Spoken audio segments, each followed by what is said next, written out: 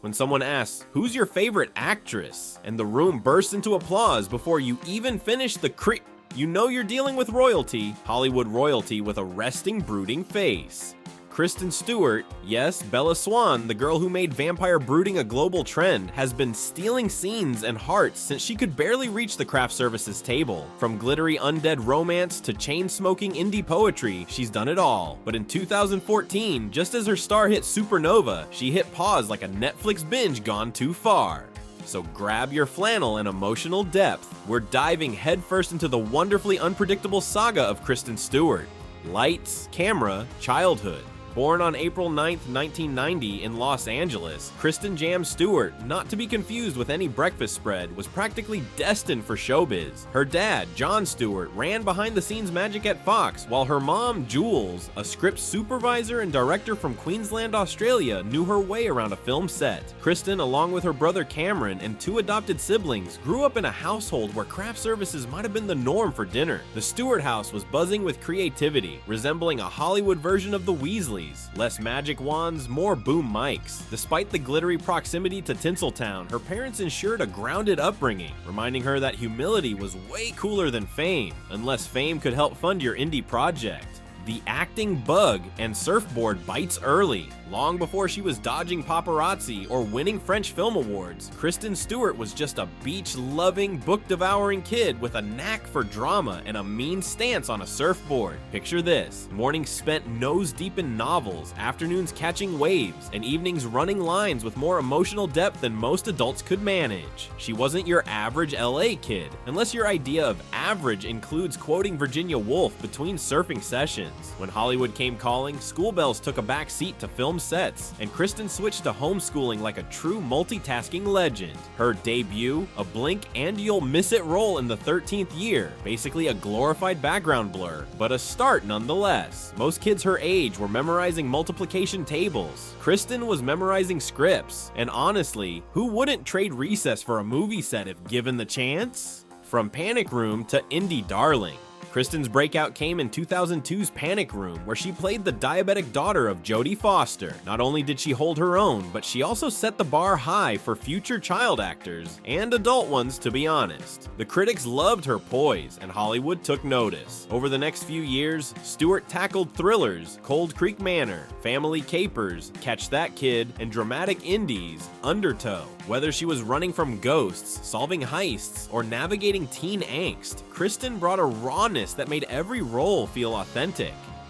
Enter the vampire era. Ah yes, Twilight, 2008, the franchise that launched 1,000 fanfics and made Team Edward versus Team Jacob a global debate. As Bella Swan, Kristen became a pop culture phenomenon. The series grossed billions and put her on the map faster than Edward could sparkle in sunlight. While critics were divided on the film, Kristen's portrayal of Bella's brooding complexity gained her a legion of devoted fans. She didn't just stop at vampires. She portrayed real-life rocker Joan Jett in The Runaways, 2010, starred in indie hits like Adventureland, and even battled magical armies in Snow White and The Huntsman, 2012.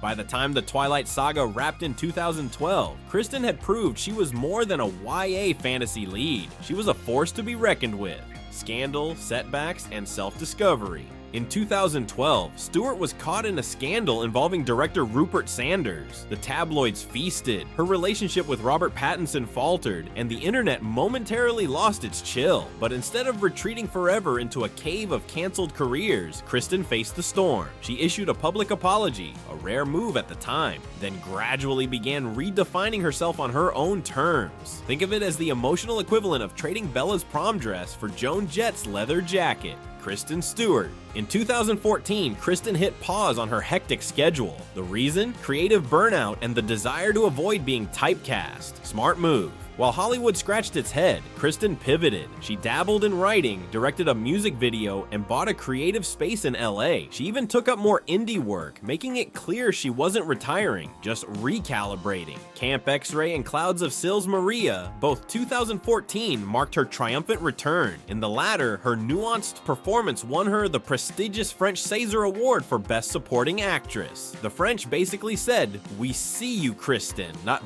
more than Bella. Post-2014, Kristen did not play it safe. She starred in Still Alice, American Ultra, and Equals. These films weren't always box office smashes, but they let Kristen flex her emotional muscles. 2016 was peak indie Kristen. In Certain Women, she played a lonely law teacher. In Cafe Society, a Woody Allen rom-com. Yes, really. And in Personal Shopper, a supernatural noir with, you guessed it, ghosts and Gucci. She even directed her first short, Come Swim, proving she wasn't just thinking outside the box, she was rewriting the entire template.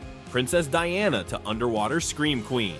Kristen pulled off perhaps her most surprising role in 2021's Spencer, playing none other than Princess Diana. In a performance hailed as deeply human and heartbreakingly real, she snagged an Oscar nomination. From Bella to British royalty? That's a flex. In the same breath, she dove into deep sea horror, underwater, lighthearted holiday rom-coms, Happiest Season, and bold biopics. Seabird. Whatever the genre, Stewart committed fully, bringing intelligence and subtlety to every role.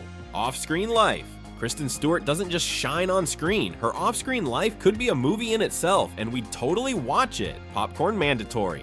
She's been refreshingly open about her bisexuality, never sugarcoating her truth for Hollywood's comfort. Her relationship with screenwriter Dylan Meyer feels like a rom-com we wish we wrote, complete with a 2021 engagement that sent fans into joyful spirals. Whether she's at Cannes in couture or grabbing kombucha in ripped jeans and flannel, Kristen shows up as Kristen. No filters, no facades. She's become a fierce advocate for LGBTQ+ rights, not just talking the talk, but walking it, usually in combat boots. Her authenticity, it's louder than the paparazzi flashbulbs. In a world of curated perfection, she's the beautifully unfiltered real deal. And honestly, Hollywood could use a few more Kristens. Director's chair and beyond. In 2018, Kristen Stewart traded her vampire fangs for a director's chair and announced her debut feature, The Chronology of Water, based on Lydia Yuknovich's wildly raw and unapologetically emotional memoir. And while some investors blinked at the idea of a non-linear, deeply personal story, probably while clinging to another superhero script, Kristen didn't flinch. She's not here to chase box office numbers. She's here to tell the stories that haunt her, stir her, and occasionally punch you right in the soul. With Ridley Scott backing her as producer, this isn't just some passion project, it's an indie revolution in flannel. Kristen has said she's so committed to the project she won't take on new acting gigs until it's made. That's not quitting Hollywood, that's flipping it the bird while building something better. So don't worry, she's not fading out, she's just flipping the script, literally. Kristen Stewart 2.0, now with more camera angles and zero apologies. So why the break in 2014? To put it simply, Kristen Stewart didn't want to be Hollywood's moody poster child forever. She wasn't about to spend eternity in a sparkly vampire shadow or play the same brooding character on repeat. No, she wanted to break free like a rebellious indie film protagonist. Cue dramatic wind blowing through her flannel. Kristen craved space to breathe, to explore storytelling beyond acting, and maybe to wear sweatpants without paparazzi commentary. She dove into directing, writing, and redefining what success looked like on her own terms. Think of it less as a career pause and more as a plot twist. And when she came back, oh, she didn't just return, she rewrote the sequel and directed the trailer. If you enjoyed this deep dive into Kristen Stewart's wild, wonderful, and wickedly cool journey, give this video a thumbs up like it's Edward sparkling in the sun. Don't forget to subscribe for more celebrity stories that go beyond the glitter and gossip, and hit that bell icon, because you never know when Kristen might drop her next surprise masterpiece.